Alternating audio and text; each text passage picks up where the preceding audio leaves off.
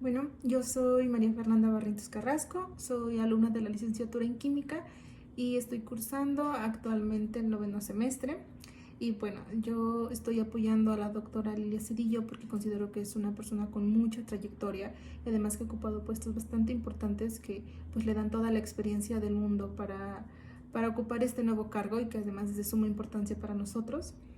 Y claro, además de que es una persona bien comprometida con lo que hace, con su trabajo, con la comunidad y al tener no solamente la parte, digamos, química, que pues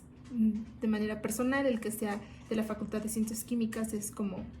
un gran orgullo, sino que también habla de su amor al deporte, algo que también es muy importante para mí. Considero que el que la doctora Lilia tenga estas ambas visiones de deportivo y académico, pues le va a dar un gran enfoque, un enfoque muy amplio a la universidad, algo que va a beneficiar mucho a todos los estudiantes, y sobre todo a aquellos que también tenemos ese amor por el deporte, no solamente por la parte académica. Entonces, pues bueno,